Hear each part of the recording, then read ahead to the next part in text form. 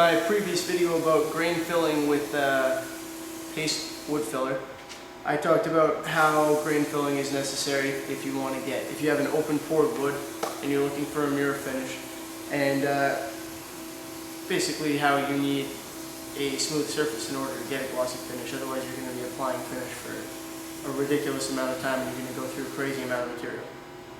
So today I'm going to do something similar. I'm once again going to be using paste wood filler, and I'm going to grain fill just this little block of wood here. But this time with the purpose not just of filling it, but with the purpose of accenting the grain. In order to do that, what you want to do is have your grain filler a different color, and I believe it's better to use a darker color than your wood. And that way your grain appears darker. So logical ways to do this: you can dye your wood filler using, well, this is water-based wood filler, so I guess you use water-based paint or something like that. I'm going to go with something a little out of the ordinary here and use black polygrout. I'm going to mix a little bit of it in with my wood filler to get it nice and dark, and then I'm going to apply it. This is also something that you mix with water, so this is more of a test than anything. Let's make sure that the two are compatible, and we'll see how it turns out. So, just like last time, I'm going to start by mixing this stuff up with a little bit of water to thin it down.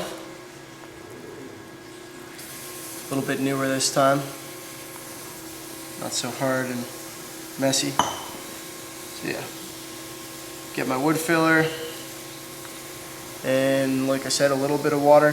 When it's relatively new like this, you got a reasonable container that isn't all dried out.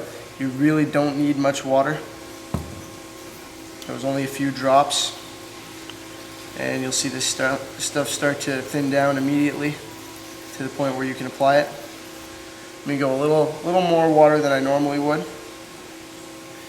because I'm going to be adding some polygrout to this.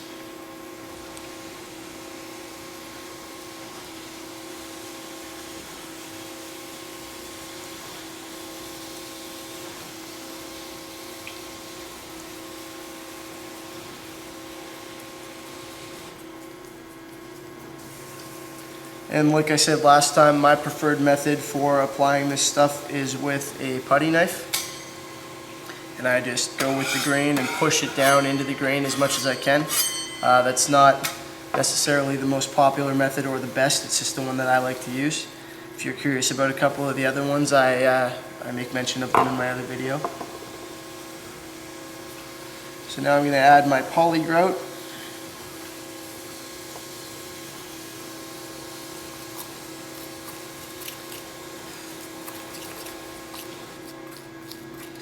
See my wood filler turning kind of a nice gray color there.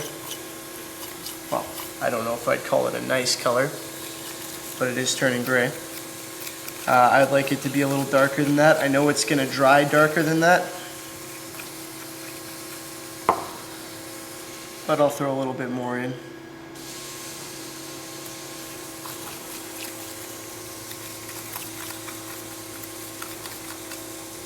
Make sure that it's nicely mixed.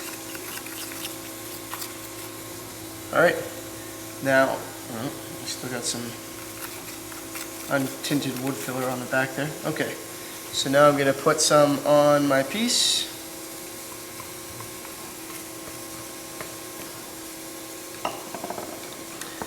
And start applying it.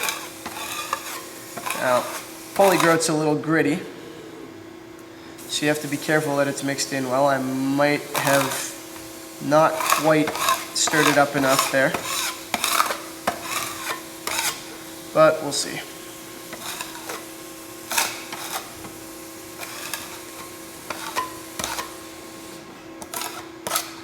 Yeah, it looks like I've left it a little too gritty. It'll still work for that portion,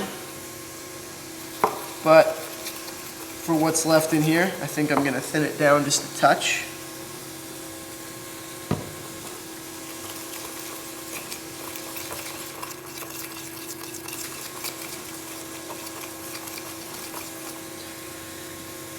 Let's give that a try, shall we?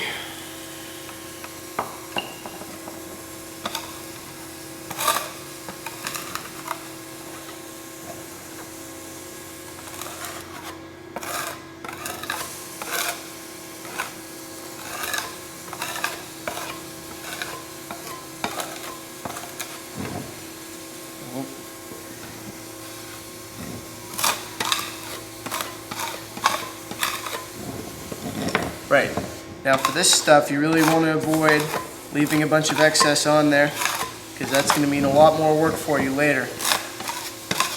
And just like before, make sure you push it down into the grain as much as you can, so that we get a nice fill. We don't want it coming out of there.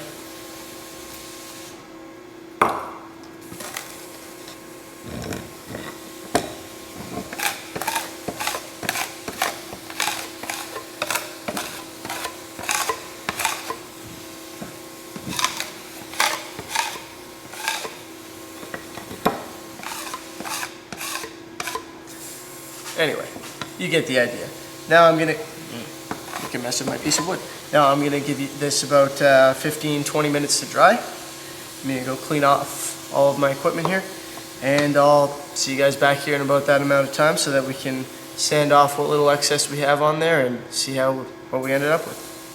All right, so now that our filler has had some time to dry, it's time to go ahead and sand off the excess. Obviously, I'm not going to be finishing this piece for anything. If I was, I would probably go 400 and then 600 like I did for my other filling video. But since I'm not doing that, I'm just trying to illustrate the concept of using it to accent the grain. I've got some 80 grit on a palm sander. I'm just going to use that real quick, and you can see what we end up with.